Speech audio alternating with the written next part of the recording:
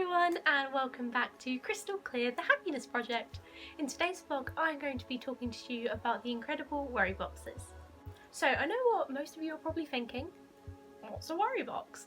Let me explain. A worry box is a box that you can use to store your worries in. If you're feeling anxious about anything or a bit stressed out, you can write down the worry and simply put it in your worry box. I first found out about worry boxes when I joined an anxiety support group. I was about 16 at the time and I was taking my GCSEs. It was the year my accident happened and I was given this amazing support because I was on the waiting list for CBT. So I joined an anxiety support group and a meditation and yoga group whilst I was taking my exams to help me get through them and manage my trauma.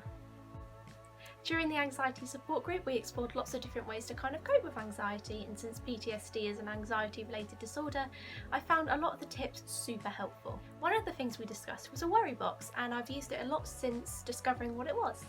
The worry box really helped me to relieve my anxiety, relieve my stress. I worried about, having flashbacks during exams. I was stressed about my fear of fire and, if there was a fire related question, how I'd react. So there was a lot going on in my mind and I had a lot to worry about, and my worry box was a really great way for me just to vent and just relieve all of the tension that I was feeling and move past it and brace myself for my exams. When I used my worry box, one of my biggest worries was that I thought that my trauma would never really end, and I know that's something that a lot of us can relate to now with the COVID-19 pandemic and feeling that that will never end either. So now we're going to move on to how you can make your own worry box. Now I know a lot of us don't have a lot of money. As a student myself, I know I don't, so I'm going to kind of show you how to make a quick and easy worry box. So to start, if you ever get a takeaway, I recommend keeping one of the little boxes that the takeaway comes in, and you can use this to be your worry box. What makes a worry box special is decorating it. In one of my previous vlogs I definitely spoke about the importance of arts and crafts and how it's good for your mental health. So decorating your worry box, making it all pretty, will be really good for your mental health as well. Now you've decorated your worry box and it might look a little bit something like this. Mine is a little bit old because it's about 3 years old now, because this is the one I made in the anxiety support group, but I still use it today. So to give me a little bit of privacy, I put a little bit of tissue paper in my box, so that my worries could be hidden, but you can decorate it however you like. Once you're happy with your box and how it's been made and you feel like it's private enough for you, you can start to write down your worries.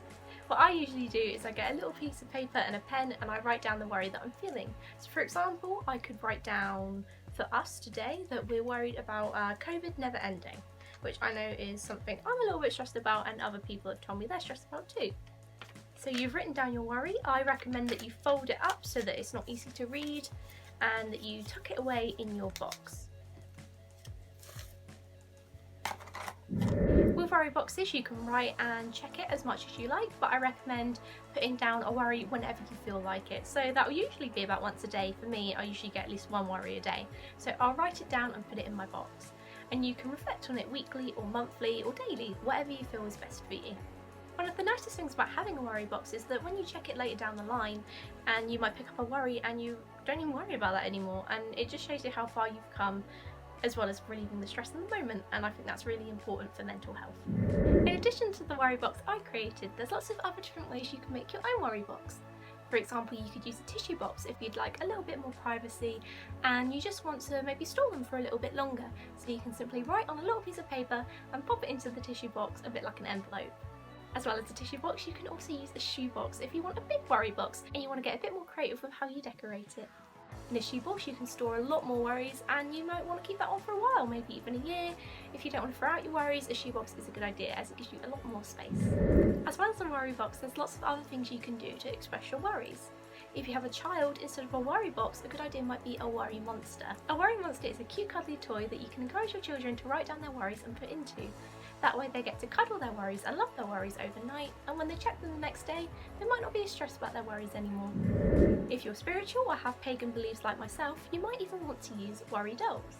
In folklore it is believed that if you tell a worried person one of your worries, they will take the worry away for you overnight and it will be gone the next day. So if you have any worry dolls, or if you want to get some, you can get a little worry doll just like this one, and you can express your worries to them and they can get rid of them for you. The next day, once your worry has gone, you can put them back in their little pouch.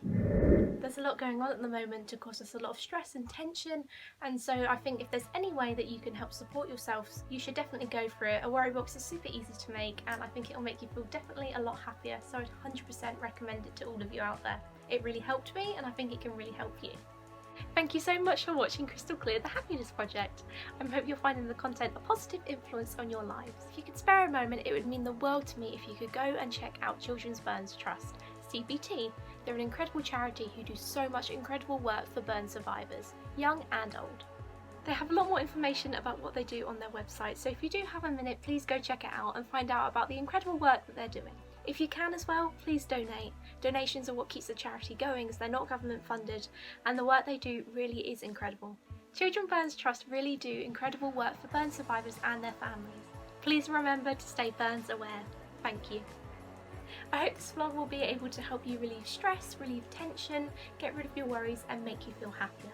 It's a really stressful time at the moment, so it's very important that we find ways to help us keep happy and keep positive. That's all from me. Join me next week if you want to watch some more vlogs on mental health.